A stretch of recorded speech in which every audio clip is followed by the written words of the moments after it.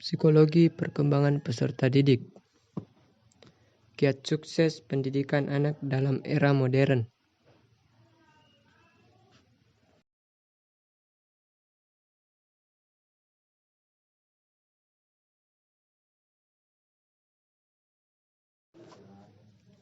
Kesalahan yang tak disadari saat mendidik anak. Yang pertama, kurangnya pengawasan. Menurut Prof. Robert Billingham dari Human Development and Family Studies, Universitas Indiana, Amerika Serikat.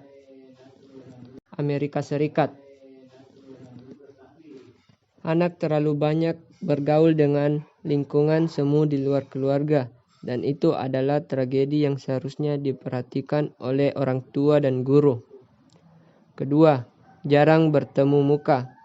Menurut Billingham, saat orang tua seharusnya membiarkan anak melakukan kesalahan, biarkan anak belajar dari kesalahan agar tidak terulang kesalahan yang sama.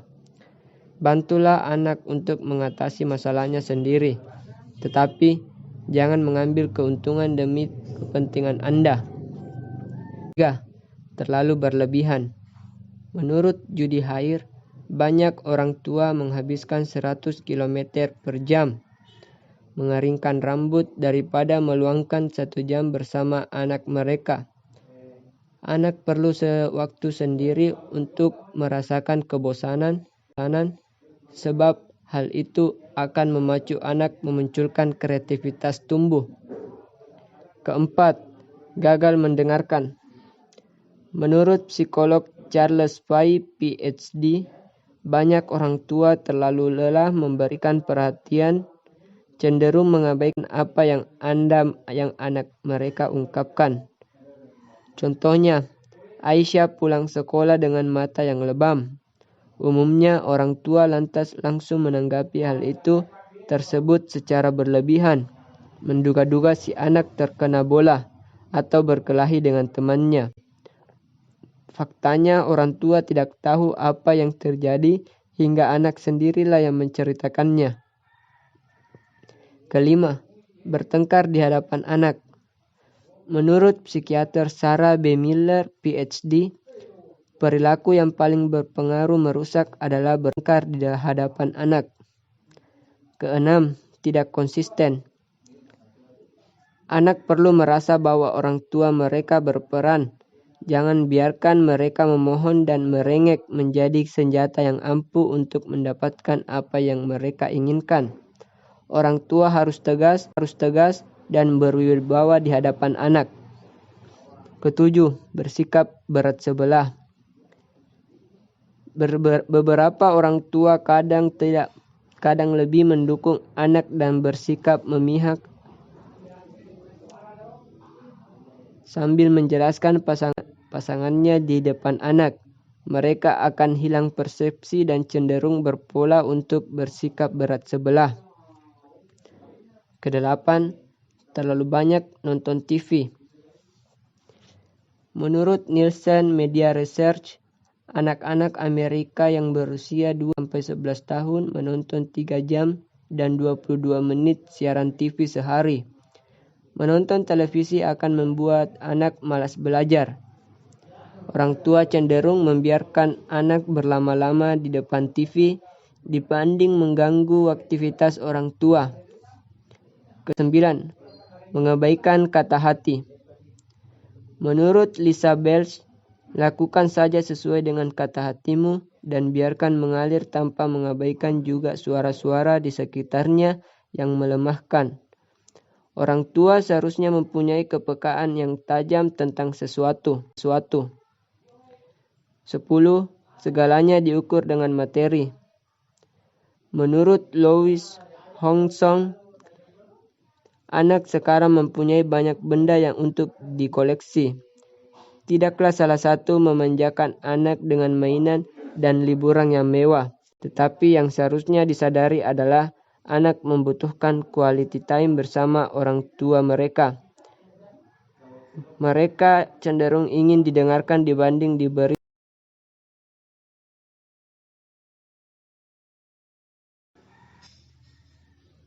Cara mendidik anak yang cerdas, baik, dan religius.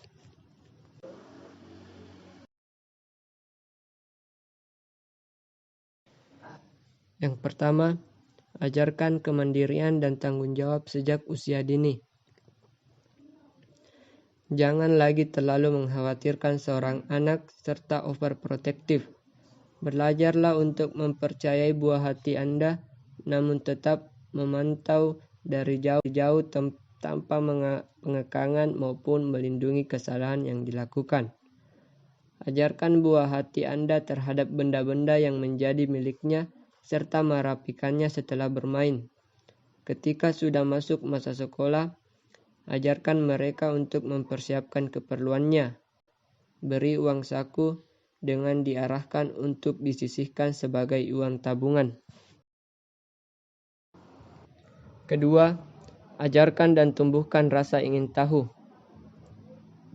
Kadang saat masih kecil, anak memiliki rasa ingin tahu yang tinggi. Dengan itu, anak akan bertanya tentang hal baru yang mereka dapati. Orang tua harus menjawab dengan cara yang mudah dicerna oleh anak. Jujur, dan kalaupun tidak tahu, orang tua harus mampu menjelaskan dengan penjelasan yang logis. Jika buah hati Anda termasuk orang yang tidak suka bertanya, Anda harus mampu memberikan umpan dengan memberikan penjelasan tanpa ditanya. Sebagai contoh, itu adalah gajah. Gajah suka makan rumput dan hidungnya panjang. Ketiga, ajarkan dan tumbuhkan kemampuan berpendapat anak. Kadang pendapat anak sering kita acuhkan karena dianggap pendapatnya tidak penting, padahal pendapat anak jika kita tidak pedulikan akan membuat anak menjadi minder, malu, dan tidak berani berpendapat. Sebagai orang tua, belajar mendengarkan anak adalah hal yang paling penting. Meski pendapatnya terkesan ngawur, kita dapat memberi koreksi dengan pujian yang positif. Jika anak kita adalah anak yang cenderung pemalu, kita dapat menumbuhkan kemampuan berpendapat anak dengan bertanya tentang pendapatnya tentang suatu hal. Keempat, ajarkan dan tumbuhkan rasa sosial, empati, dan bersimpati.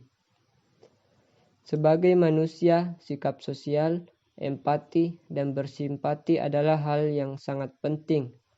Sedini mungkin, kenalkan anak dengan lingkungan sekitarnya. Bisa dengan mengajarkan anak atau peduli dan tidak sombong. Misalnya jika ada pengemis, biarkan anak yang memberi uang, dan setelah itu jelaskan kepada si buah hati kenapa kita harus memberi dan berbagi. Kelima, beri teladan yang baik, jadilah contoh. Sebagai orang tua, maka sikap dan perilaku kita akan menjadi contoh. Berikan contoh yang baik pada buah hati yang akan menjadi cermin bagi anak. Jika kita menghendaki anak yang soleh, maka kita akan membentuk anak yang soleh dengan cara dan didikan orang tua, baik lewat penampilan dan sikap sehari-hari.